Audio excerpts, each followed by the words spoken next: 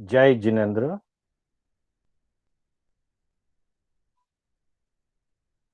मोक्ष मार्गस्य नेतारम् भेतारम्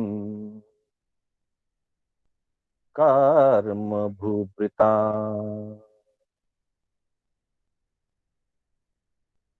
ज्ञातारम् विश्वतत्त्वानां वन्दे तद्गुणलब्धये वन्दे तद्गुणलब्धये।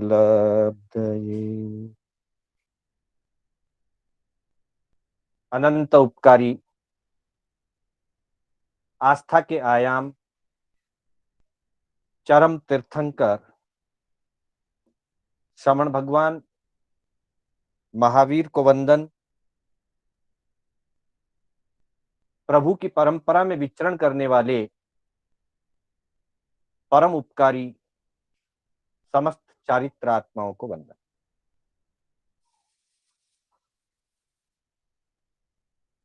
आत्मबंधुओं, सुशील माताओं एवं बहनों, श्री कर्नाटक जैन स्वाध्याय संघ बैंगलोर के तत्वावधान में आयोजित मोक्ष मार्ग तत्वार्थ सूत्र की इस धर्म कक्षा में मैं आपका हार्दिक स्वागत एवं अभिनंदन करता हूं। हमारी कक्षा तत्वार्थ सूत्र के 7वें अध्याय पर आधारित, जिसमें विरक्ति रूप आचार का वर्णन है, पाप त्याग एवं धर्माचरण का वर्णन है और मुख्य रूप से व्रतों का और उनके अतिचारों का वर्णन आया है। हम अतिचारों को जान करके उनसे बचने का प्रयास, अर्थात अतिचार रहित शुद्ध व्रत आराधना, निरतिचार व्रत आराधना की भावना हमेशा बलवती रखें और उसी भावना के अनुसार हम निर्दोष व्रतों की साधना कर पाए। यही इस अध्ययन का मुख्य ध्येय है, जिसके अंतर्गत कल हमने सम्यक दर्शन के अतिचारों का और अहिंसा व्रत के अतिचारों का अध्ययन किया था। आज हम उसी क्रम में सत्यव्रत, अचौर्य व्रत एवं ब्रह्मचर्य व्रत, श्रावक की अपेक्षा से इन अनुव्रतों में शुद्धि कैसे रहे, इन व्रतों की आराधना निर्मल कैसे हो, किन किन परिस्थितियों से बचने की आवश्यकता है, उन अतिचारों का आज हम चिंतन करें। तो सर्वप्रथम इन 3 सूत्रों का उच्चारण पूर्ण मनोभाव एवं सर्व मंगल की भावना से।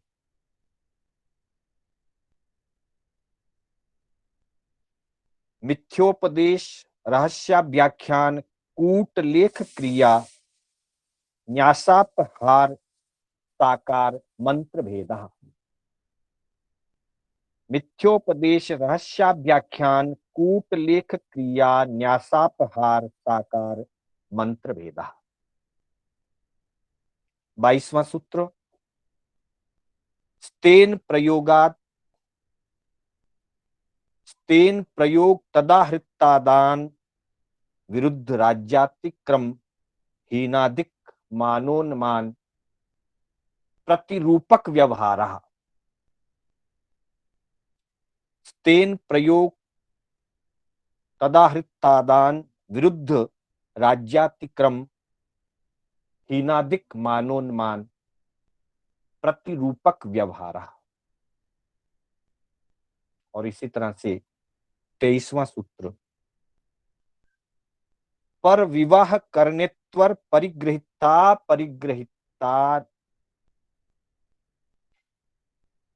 गमनानंग क्रीड़ा तीव्र कामाभिनिवेशः।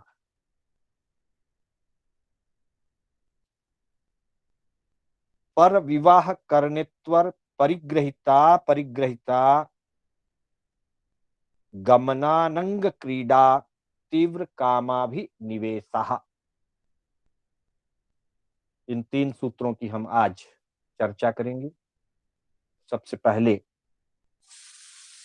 दूसरे व्रत की चर्चा करेंगे। 21वें सूत्र के अंतर्गत श्रावक का दूसरा व्रत सत्य अनुव्रत। पूर्व में हमने इसकी परिभाषा को जाना था। असद अभिधानम अनित्यम, असत की स्थापना करना, असत कथन करना, जो वस्तुस्थिति नहीं है उसका कथन करना, और जो वस्तुस्थिति है उसके विपरीत कथन करना, इसे अनृत या मृषावाद कहा गया। अर्थात साधक मात्र का ये लक्ष्य है कि वह जो वास्तविक स्वरूप स्थिति है, अगर कथन करने की आवश्यकता है और उसके कथन से किसी भी प्रकार का पीड़ा, उपद्रव, क्षयकारी जीवों की विराधना न होती हो, वैसी स्थिति में आवश्यकता होने पर वस्तु स्थिति का कथन कर सकते। लेकिन पीड़ादायक स्थिति बनती हो तो मौन रहें और असत्य कथन बिल्कुल ना करें। यह साधक का लक्ष्य होता है, सत्यव्रत का ये स्वरूप है। मुनि संपूर्ण असत्य का त्याग करते हैं। श्रावक धर्म के अंतर्गत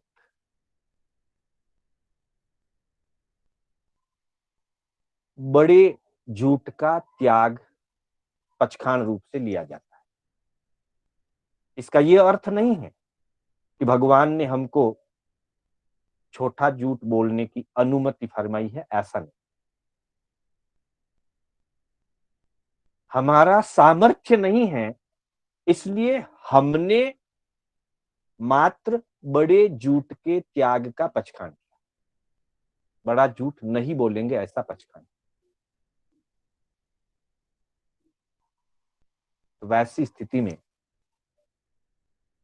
बड़े झूठ से बचने के लिए सत्यव्रत की दृढ़ता और निरतिचार पालना के लिए 21वें सूत्र में, जिसकी हम चर्चा करने जा रहे हैं, 5 अतिचार बताए। मिथ्योपदेश, रहस्याव्याख्यान, कूटलेख क्रिया, न्यासापहार, साकार मंत्र भेदा। अर्थात मिथ्या उपदेश, रहस्य अव्याख्यान, कूट लेख क्रिया, न्यास अपहार, साकार मंत्र भेदा।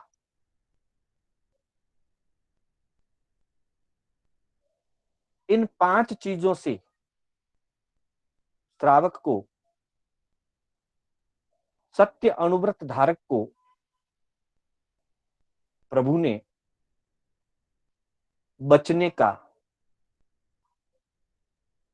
निर्देश फरमाया। प्रभु फरमाते हैं, थूलगस्स मुसावाय वेर्मणस्स पंच अय्यारा जानी यव्वा न समय। स्थूल मृषावाद वेर्मण व्रत के 5 अतिचार हैं जो जानने योग्य हैं किंतु आचरण करने योग्य नहीं है। संजहा वे इस प्रकार हैं, सहस्सा बखाने, रहस्सा बखाने, सदार मंत भे मोसो व ऐसे कूड लेह करने। अर्थात सत्य व्रत की आराधना करते हुए श्रावक को सबसे पहले तो इस बात की हमेशा जागरूकता रहनी चाहिए कि मुझे क्या बोलना उचित है और क्या नहीं बोलना है, कब बोलना आवश्यक है और कब नहीं बोलना है। कोई भी बात जो लाभदायक है, उपयोगी है, अच्छी है, सिद्धांत परक है, वास्तविकता को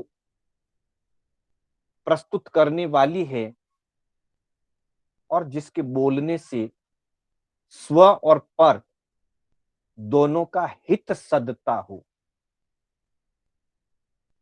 वह बात बोले। जिसमें स्व का या पर का या दोनों में से किसी एक का भी अहित हो रहा हो, वैसी भाषा ना बोले, मौन रहे। जो बात सत्य नहीं है ना बोले, जो बात आवश्यक नहीं है ना बोले। सत्य होते भी आवश्यक नहीं है, अभी इस परिस्थिति में आवश्यक नहीं है, जरूरत नहीं है उस बात ना बोले। क्योंकि भाषा का व्यवहार एक ऐसा व्यवहार है जिसके माध्यम से संसार के सारे व्यवहार चलते हैं। सभी व्यवहारों को चलाने के लिए, अपने भावों को व्यक्त करने के लिए, दूसरे के भावों को जानने के लिए वाणी ही एक सशक्त माध्यम है। और बिना विचारे, बिना उपयोग से अगर वाणी का प्रयोग किया जाए तो ये जितनी लाभदायक है उतनी ही वाणी हानिकारक भी हो सकती है।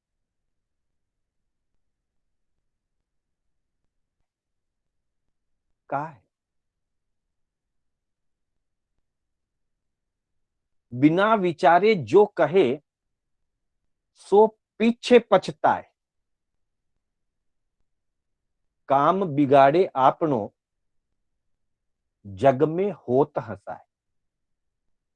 बिना सोचे समझे कुछ भी कभी भी कहीं भी बोल दे, पीछे पछताना पड़ता है, बाद में पछतावा आता है कि मुझे यहां ये बात नहीं बोलनी चाहिए, ये उसका उचित अवसर नहीं था। पर बोलने के बाद पछताने के सिवाय कुछ नहीं। इसलिए पहले सोचें, सिर्फ बोलने में ही नहीं, जीवन के प्रत्येक व्यवहार में परिणामदर्शी बने कि मेरे बोलने का, मेरे चलने का, मेरे अमुक कार्य करने का क्या रिजल्ट आएगा, क्या परिणाम निकलेगा। परिणामदर्शी जो होता है वो सोच विचार कर बोलता है, सोच विचार कर कोई कार्य करता है। और जो परिणामदर्शी नहीं होता है वो बोलने के बाद या कोई भी कार्य करने के बाद सोचता है। बाद में सोचने का मतलब है चिंता करना। पहले सोचने का मतलब है चिंतन करना। दोनों में रात दिन का अंतर। जो चिंतन करके कार्य करता है वो पहले सोचता है फिर काम करता है, और जो पहले कर लेता है और बाद में सोचता है वो चिंतन नहीं है, वो चिंता हो जाती है। बिना विचारे सो कहे, सो पीछे पछताए, काम बिगाड़े आप। उससे अपना खुद का काम बिगड़ता है और जग में होत हंसा है और संसार में मजाक बन जाता है। इसलिए सोच विचार करके, और उससे भी बहुत ऊंची बात है, ये तो सामान्य व्यवहार की बात कही है। कवि ने ये सामान्य व्यवहार की बात कही, सामान्य व्यवहार में भी चिंतन पूर्वक बोलने की बात कही, और व्रत के स्तर पर तो बहुत ऊंचाई की बात। वहां तो एक शब्द भी अन्यथा या अनावश्यक बोलने की अनुमति नहीं। और साथ ही 5 अतिचारों का जागरूकता से इनसे बचने की आवश्यकता है। मिथ्योपदेश किसी को भी पापकारी कार्य करने का अथवा मिथ्या मार्ग पर चलने का, गलत दिशा में चलने का, जिसको आज की भाषा में कहते हैं मिस गाइडेंस, किसी को भी गलत राह, गलत मार्ग नहीं दे, गलत मार्ग पर चलने की प्रेरणा ना दे, पाप का कार्य करने की प्रेरणा ना दे। दूसरा है रहस्य व्याख्यान।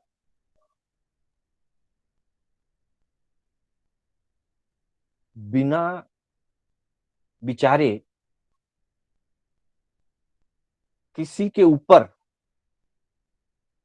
आरोप लगा देना, मिथ्या आरोप लगा देना, अथवा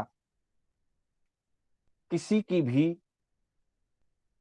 गुप्त बात को, रहस्य को प्रकट करके और व्यक्ति को कलंकित कर देना।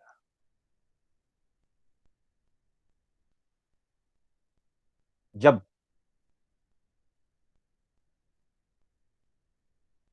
किसी की छिपी हुई बात, मर्म प्रकाशित करना, जिसको हमारे स्थूल की भाषा में कहा जाता है, मर्म प्रकाशित करना।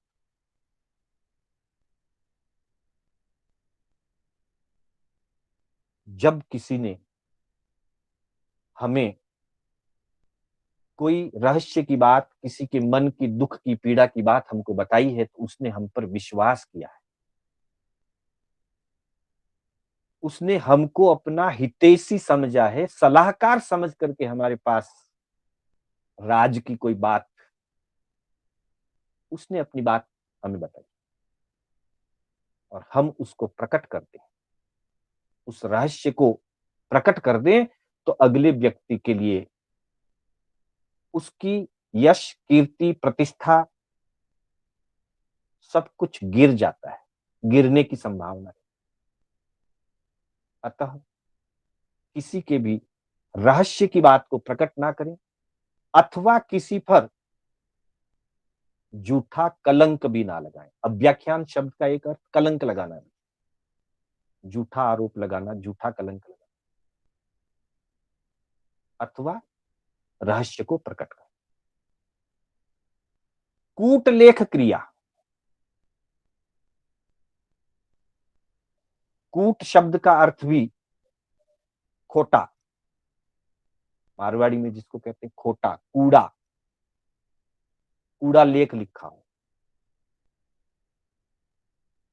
अर्थात जाली कागजात तैयार करना,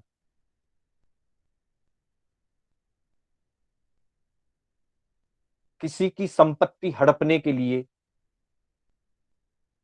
किसी को धोखा देने के लिए गलत डॉक्यूमेंट्स बनवा लेना,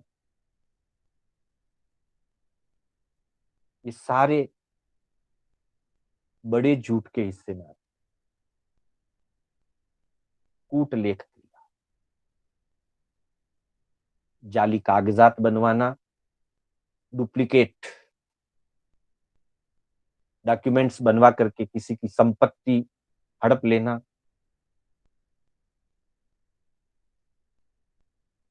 अथवा कम दिया और ज्यादा लिख देना, ज्यादा लिया और कम लिख लेना। लिया 1 लाख और जमा कर लिया 10,000, दिया 10,000 और अगले के नाम पे लिख दिया 1 लाख। किसी भी रूप में लेखन क्रिया में गलत भावना से, मलिन भावना से, स्वार्थ भावना से जालसाजी करना कूट लेख क्रिया है। फिर न्यासापहार, न्यास अपहार। न्यास शब्द का एक अर्थ है रखना, और न्यास शब्द का एक अर्थ है अंग्रेजी में जिसको कहते हैं ट्रस्ट, विश्वास। विश्वास पूर्वक कोई व्यक्ति अपनी कोई संपत्ति, अपनी कोई वस्तु हमारे पास रख के जाए, कुछ समय के लिए, कुछ पीरियड के लिए, संभालने की दृष्टि से, सुरक्षा की दृष्टि से रख के जाए, उसको न्यास बोलते हैं। धरोहर जिसको कहते हैं, विश्वास से रखकर दी हुई, रखी हुई धरोहर को समय उपस्थित होने पर व्यक्ति द्वारा वापस उसका मांग किए जाने पर व्यक्ति उस धरोहर को हड़पने की भावना से, मुझे तो दिया ही नहीं, कब दिया था, क्या प्रमाण है कि मेरे यहां रख करके गए, कोई विटनेस, कोई डॉक्यूमेंट्स। विश्वास में व्यक्ति गवाही नहीं पूछता है, डॉक्यूमेंट या एक्नॉलेजमेंट नहीं लेता है। विश्वास से रख के गया था, अपना समझ करके रख के गया, और मेरा मन स्वार्थ के कारण विकृत हो गया और मैं उस संपत्ति को हड़पने के लिए, उस वस्तु को दबा जाने के लिए झूठ का सहारा लेता हूं। न्यासापहार, अपहरण करने के लिए, अपहार का मतलब अपहरण करने के लिए। और साकार मंत्र भेदा, किसी के भी गुप्त मंत्रणा, सामान्य रूप से गुप्त मंत्रणा को रहस्य अव्याख्याने के अंतर्गत लिया गया, और विशेष रूप से आगम में इसके स्थान पर शब्द आता है सदार मंत्र भेद, स्वदार मंत्र भेदा। तत्वार्थ में साकार मंत्र भेदा शब्द है, उपासक दशांग में सदार मंत्र भेदा, अर्थात पुरुष की अपेक्षा से पत्नी के लिए और महिला की अपेक्षा से पति की किसी भी गुप्त बात को उसे प्रकट ना करे।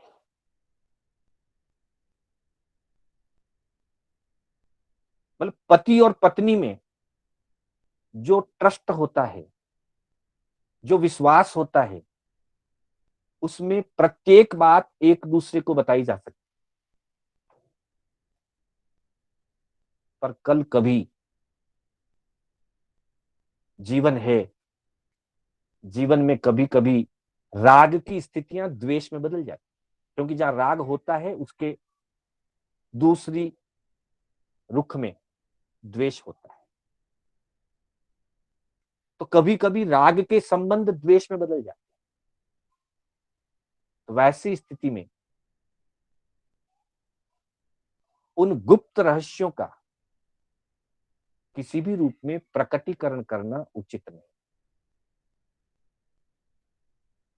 ये सारी चीजें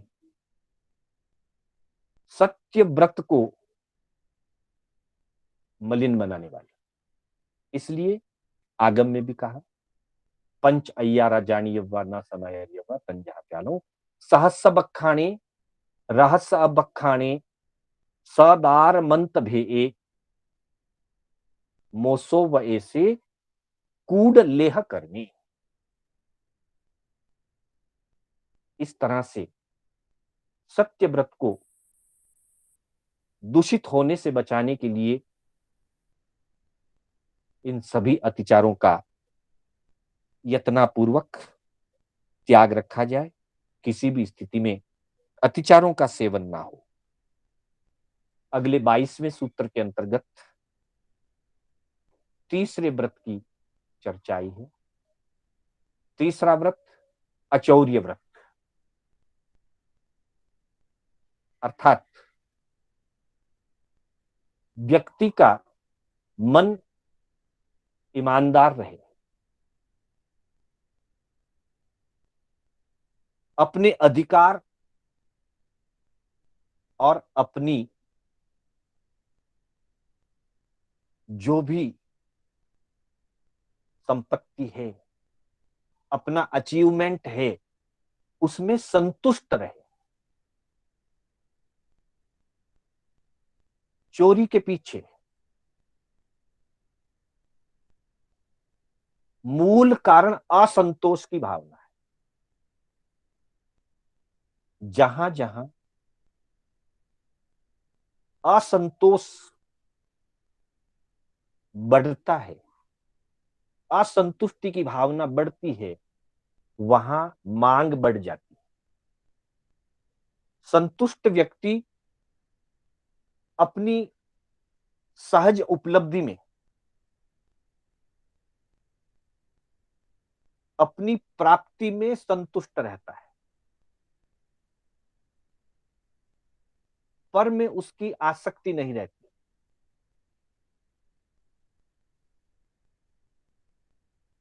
दूसरों के लाभ में उसकी आकांक्षा नहीं रहती, स्वलाभ में वो संतुष्ट रहता है। जो व्यक्ति स्वलाभ में संतुष्ट रहता है, वह व्यक्ति प्रायः चोरी के मार्ग पर नहीं जाता है। और जब स्वलाभ में संतुष्टि नहीं होती है, लालसा ज्यादा होती है, स्वार्थ बुद्धि अधिक होती है, लोभ भावना अधिक होती है, और संतोष का मनोभाव खत्म हो जाता है, तब व्यक्ति चौर्य कर्म करता है, चोरी कर सकता है। इसलिए अचौर्य व्रत, प्रभु ने श्रावक के लिए अचौर्य अणुव्रत की व्यवस्था रखी और उसके 5 अतिचार कहे। अचौर्य व्रत, तेना हडे टक्कर पाओगे विरुद्ध रज्जाई कम्मे कूड़ तुल्य कूड़ माने। यह उपासक दशांग सूत्र के अंतर्गत बताया, और साथ ही 22वें सूत्र में इसके लिए फरमाया, स्तेन प्रयोग, चोरी का कार्य ना करें। स्तेन प्रयोग, और दूसरी बात बताई, तद आहृतादान, स्वयं चोरी ना करे, दूसरों को चोरी करने की प्रेरणा ना दे, या चोरी करके लाया हुआ माल चोर से ना खरीदें, चोर से ना लें। कोई कह सकता है मैंने तो चोरी की नहीं है, किसी ने ला करके बेचा और मैंने लिया। नहीं, कानून की दृष्टि से भी अनऑथराइज्ड पर्सन से कुछ भी परचेज करना इलीगल कहा गया है। जो व्यक्ति, जिसके पास बेची जाने वाली वस्तु का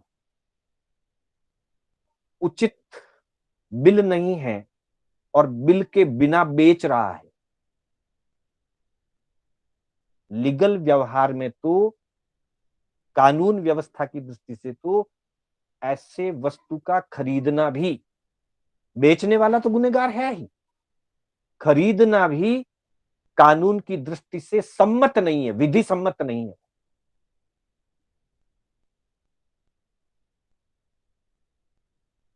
अथोराइज्ड बिल के साथ खरीदा जाना चाहिए। जान पहचान में कभी कोई पुरानी वस्तु है, किसी से आपस में लेते देते हैं पुरानी वस्तु, वो एक अलग बात है, छोटी मोटी कोई पुरानी वस्तु, वहां हमको विश्वास है कि ये इसी व्यक्ति की है, इसने बरसों तक उपयोग किया है, अब इसको नहीं चाहिए, पुरानी हो गई, ये बेच रहा है, मुझे जरूरत है, मैं ले लेता हूं जान पहचान में, वो एक अलग बात है। पर सामान्य व्यवहार में अनऑथराइज्ड पर्सन से और उचित डॉक्यूमेंट के बिना किसी भी विशेष वस्तु का खरीदना विधि सम्मत नहीं है, कानून सम्मत नहीं। और अगर कोई व्यक्ति चोरी करके लाया है, हमको पता नहीं चलेगा, इसलिए विश्वसनीयता के बिना किसी से कोई चीज खरीदी नहीं जानी चाहिए। अगर कोई व्यक्ति एक बार लाके दे और कभी हमने लिया, स्वार्थ बुद्धि हो तो ही लेंगे, नहीं तो नहीं लेंगे। अगर लिया, मान लो पता नहीं चला कि वो चोरी की है, हो सकता है उसके अपने घर की वस्तु है, उसको कुछ प्रतिकूल स्थितियां इसलिए वो बेचने के लिए आया हो, लेकिन दोबारा तिबारा अगर वो लेके आ रहा है, बार बार अगर वो लेकर आ रहा है, तो व्यक्ति को पता चल ही जाता है ये इसका खुद का नहीं हो सकता, बार बार ला रहा है और कम पैसों पर बेच रहा है। हम स्वार्थ के वशीभूत लेते हैं क्योंकि कम पैसे पे मिल रहा है, हमको आभास हो जाता है कि ये संभवतः चोरी का माल है, पर स्वार्थ के कारण कम भाव से बेच रहा है, इसलिए हम लेते हैं। तो ये भी चोरी का ही दोष है। चोर को प्रेरणा करना, चोर को सुरक्षा प्रदान करना, चोर को सहायता पहुंचाना, या चोर के द्वारा चोरी की हुई लाई हुई वस्तु को खरीदना, दोनों स्थितियां अचौर्य व्रत को दूषित करती, मलिन बनाती। फिर कहा विरुद्ध रज्जाई कम्मी, विरुद्ध राज्यातिक्रम, राज्य के विरुद्ध राजकीय मुख्य नियमों का अतिक्रमण करना, राज्य की गोपनीयता, देश की अखंडता की गोपनीयता, अथवा कोई चीज सरकार ने बैन कर रखी, कानून व्यवस्था की दृष्टि से किसी चीज पर बैन लगाया हुआ, फिर भी उसका उल्लंघन करके वैसा कार्य करना। जैसे कभी कभी कुछ राज्यों में समय समय पर शराब आदि का बैन लगा दिया जाता है, शराबबंदी कर दी जाती है, फिर भी कुछ लोग छिप छिपा करके राज्य की सीमाओं से बाहर से वो माल मंगवाते हैं और बेचते भी। ये राज्य के नियमों का अतिक्रमण है, विरुद्ध राज्य अतिक्रमण है, राज्य के विरुद्ध, राज्य नियमों के विरुद्ध।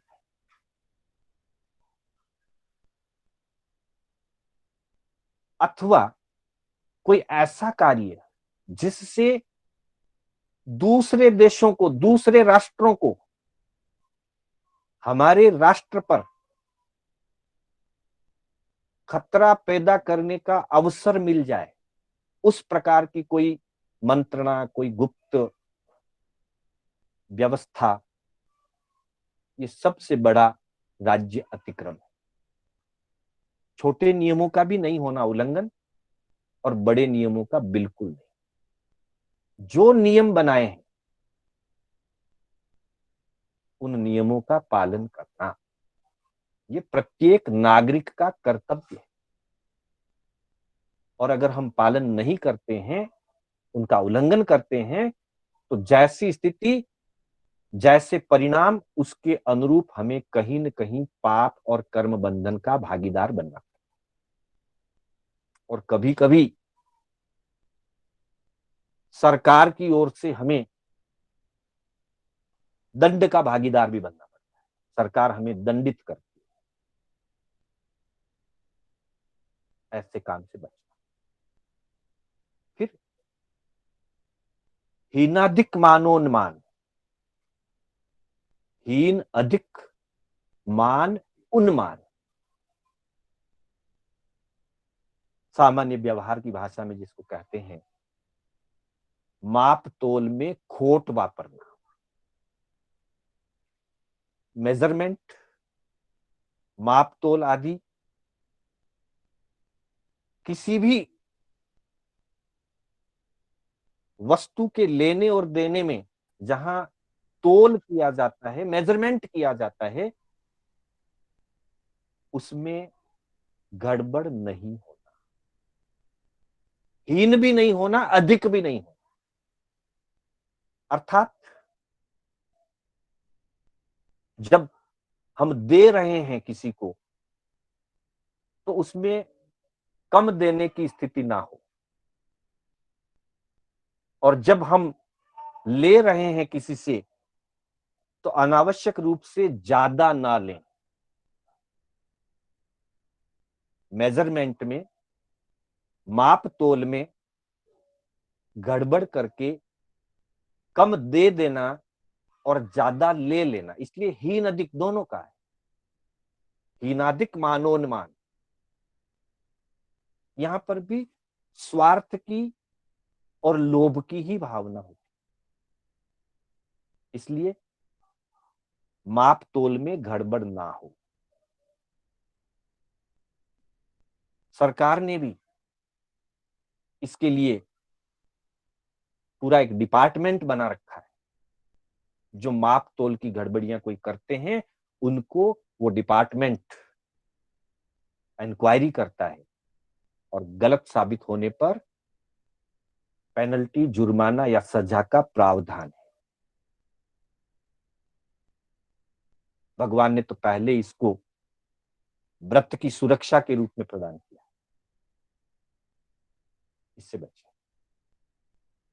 और पांचवा अतिचार है प्रतिरूपक व्यवहार। आगम की भाषा में तप्पडी रूवग व्यवहारे, तप्पडी रूवग व्यवहारे, तत्प्रतिरूपक व्यवहार,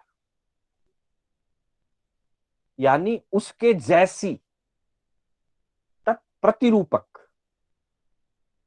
उसके जैसी, मिलती जुलती वस्तु अर्थात डुप्लीकेट। कंपनी की वस्तु वैसी ही आकृति प्रकृति की हल्की वस्तु बना करके, कंपनी का स्टिकर लगा दे करके, आकार प्रकार बना करके दे देना, ये सारे मुख्य रूप से व्यापार की अपेक्षा से। अथवा 50 अच्छी वस्तुओं में 10 क्वांटिटी हल्की मिक्स करके दे, अथवा बताया तब अच्छा माल बताया, अच्छा सैंपल बताया और बाद में हल्का माल दे देना। मतलब डुप्लीकेट या मिक्सिंग, मिलावट, या अच्छा दिखा करके अच्छे के रेट तय करके, भाव तय करके और सप्लाई हल्के माल की कर देना। ये सारी चीजें तत्प्रतिरूपक व्यवहार, इन सब से बचने के लिए जीवन में न्याय नीति को स्थान देना एवं लोभ और स्वार्थ की भावना पर कंट्रोल रखना, न्याय नीति पूर्वक जो मिलता है उसमें संतुष्ट रहना। इसीलिए भगवान ने फरमाया थूलगस्स अद्दिन्ना दान वेरमणस्स पंच अय्यारा जानियव्वा न समयरियव्वा तंजा तेना हडे तक्करप्पओगे विरुद्ध रज्जाई कम्मे कूड तुल्ल कूड माने तब पडी रूवग व्यवहारी। इन पांचों अतिचारों से जानकर समझकर इन पांचों अतिचारों से बचने का फरमाया, जानिए व न समय। इसी तरह से 23वें सूत्र के अंतर्गत जहां स्वदार संतोष ये की बात श्रावक के लिए कही है, तो वहां पर भी स्वदार संतोष व्रत सिर्फ शब्दों से ही नहीं, भावों से भी सुरक्षित रहे और मन में, जीवन में विकार भावों पर कंट्रोल बने। इसके लिए पर विवाह करने ईश्वर परिग्रहिता अपरिग्रहिता गमन अनंग कीड़ा तीव्र काम अभिनिवेशा। सबसे प्रमुख तीव्र काम अभिनिवेश है।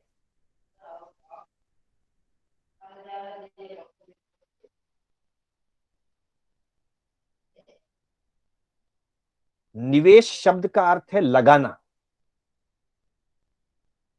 जैसे कोई व्यक्ति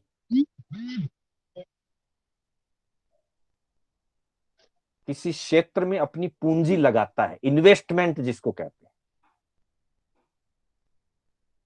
उसको कहते हैं निवेश करना।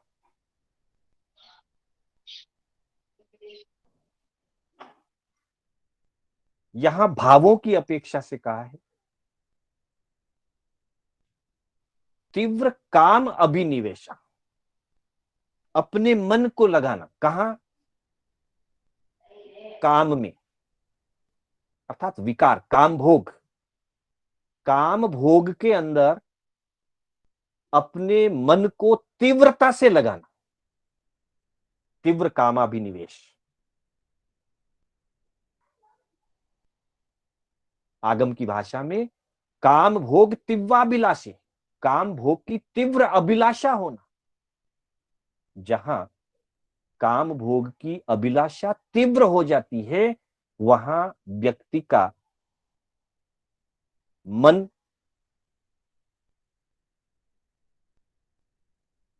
स्वपति स्वपत्नी संतुष्टि में रह पाना मुश्किल होता है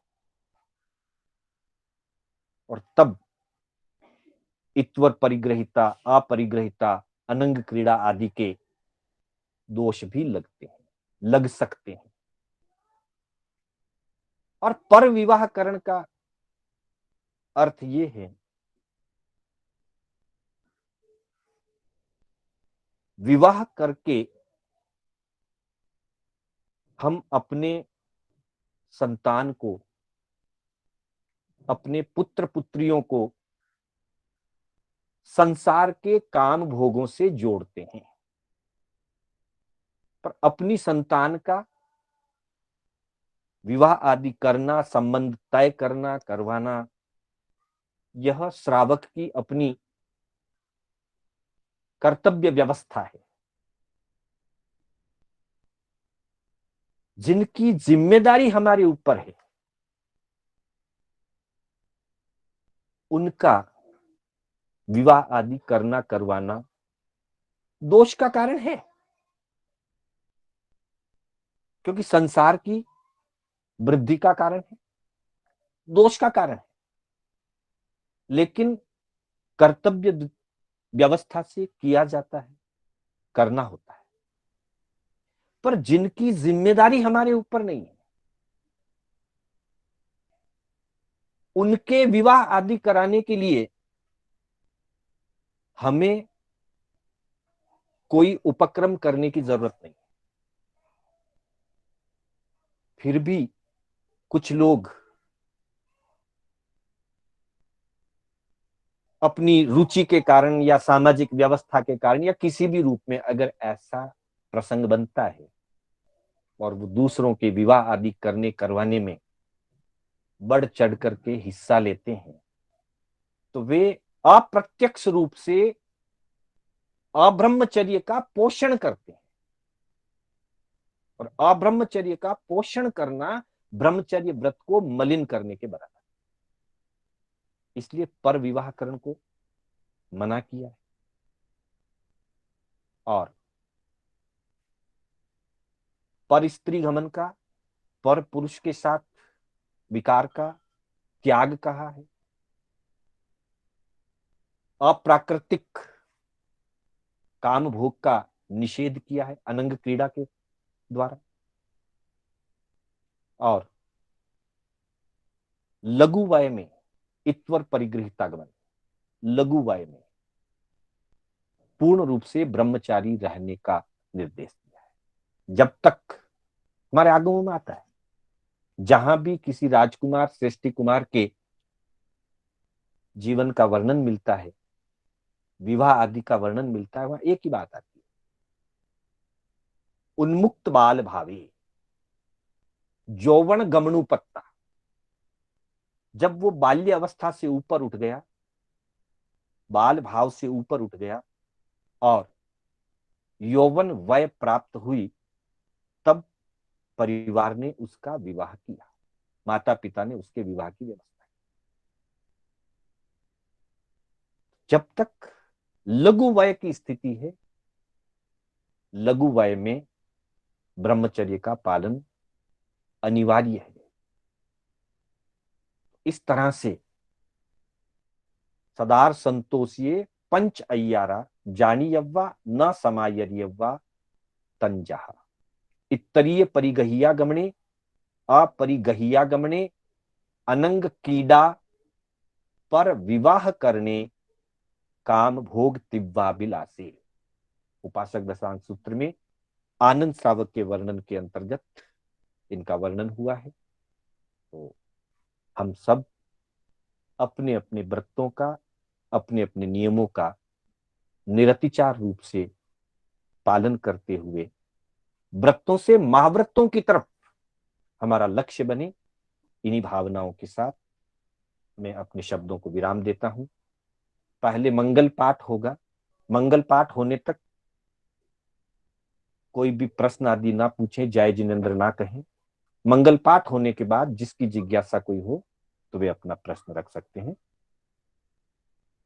मेरे बोलने में कोई अन्यथा कथन हुआ हो अथवा किसी प्रकार की आगम विपरीत कथन हुआ हो तो मैं मिच्छामि दुक्कडम करते हुए आप सभी का आभार व्यक्त करता हूं। जय